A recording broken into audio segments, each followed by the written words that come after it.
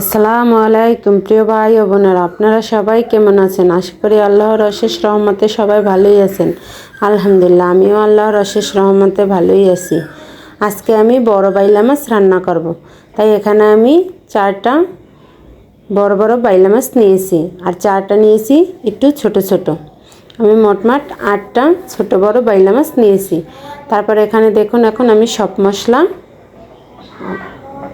মেখে নেব। মাছটা কিন্তু আমি ভালো করে ধুয়ে পরিষ্কার করে নিয়েছি। এখানে আমি দিয়ে দিলাম হলুদের গুঁড়া, মরিচের গুঁড়া, ধনিয়ার গুঁড়া, আদা রসুন বাটা, পেঁয়াজ কুচি,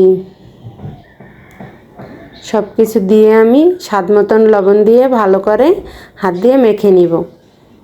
এখন আমি একটা ফ্রাই প্যানে তেল গরম করে নিয়েছি। তেলটা গরম হয়ে যাওয়ার পরে মাছটা আমি ভাজতে দিয়ে দিব। আমরা সবাই জানি যে বাইলা মাছটা একটু নরম প্রকৃতির, তার জন্য দেখুন আমি যেভাবে ভাজবো তাতে কিন্তু একটুও মাছটা ভাঙবে না। এভাবে তেলটা ভালো করে গরম করে নিতে হবে। তারপর কিন্তু মাছগুলো দিয়ে দিতে হবে। দিয়ে কিন্তু একটু নাড়াচাড়া করা যাবে না। এক পিঠ ভাজা হওয়া পর্যন্ত অপেক্ষা করতে হবে। নাড়াচাড়া করতে গেলেই মাছটা ভেঙে যাবে। যে কোনো মাছই দেওয়ার সঙ্গে সঙ্গে কিন্তু প্রথমে মাছ নরম হয়ে যায় ভাজতে দিলে, তারপরে কিন্তু শক্ত হয়। ওই টাইমে লাড়া দিলে কিন্তু মাছ ভেঙে যায়। এই যে দেখুন, আমি এক পিঠ কিন্তু ভালো করে ভেজে নিয়েছি। এখন আমি মাছটা আর এক পিঠ উল্টে দেব।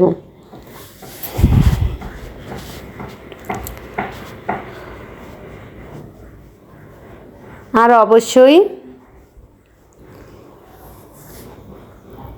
মাছগুলো নাড়াচাড়া করা যাবেই না। এভাবে কিন্তু দেখুন, এখন কিন্তু যে আমি উল্টে দিতে আসি, এখন কিন্তু একটা মাছও ভেঙে যাবে না। আর আমরা তো ভাজা মাছ খেতে পছন্দ করি, আমাদের কাঁচা মাছ ভালো লাগে না। তারপর দেখুন, পুরো মাছগুলো উল্টে দিয়ে এখানে যে মশলাটা দিয়ে আমি মাছ মেখেছিলাম, ওই মশলাটা কিন্তু আমি দিয়ে দিলাম উপরে। এতে কি হবে, যে মশলায় যে কাঁচা গন্ধটা আছে, গন্ধটা কিন্তু চলে যাবে। মাছগুলো অপর পিঠ ভাজা হতে হতে মশলাটাও ভাজা হয়ে যাবে। তারপর দেখুন, এখানে আমি দিয়ে দিলাম একটু পরিমাণ মতন পানি। এভাবে যদি মাছ একবারে মশলা মাখিয়ে রান্না করা যায় তাহলে কিন্তু খেতে দারুণ মজা হয়। আর এই বেলে মাছগুলো এত মজা ছিল যে কর মতন না। মাছগুলো কিন্তু একদম টাটকা ফ্রেশ, তার জন্য মাছগুলো খেতেও কিন্তু অনেক মজা ছিল। তারপর দেখুন, এখানে আমি দিয়ে দিলাম ঝোলটা ফুটে ওঠার পরে টমেটো আর ধনিয়া পাতা। এখন আমি টমেটো আর ধনিয়া পাতা দিয়ে কিছুক্ষণ রান্না করে নিব। আমি ঝোলটা একদম টানিয়ে ফেলবো।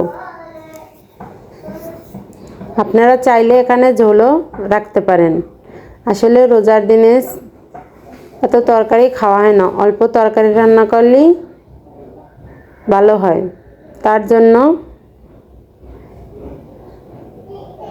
দেখুন, মাছগুলো কিন্তু আমার প্রায় হয়ে গিয়েছে। দেখুন, আমি একটু ভিজে ভিজে ঝোল রেখেছি। আবার দেখা হবে নতুন আরেকটা ভিডিও নিয়ে। ততক্ষণ সবাই সুস্থ থাকুন, ভালো থাকুন। সকলের জন্য দোয়া ও ভালোবাসা রেখে আল্লাহ হাফেজ। আসসালামু আলাইকুম।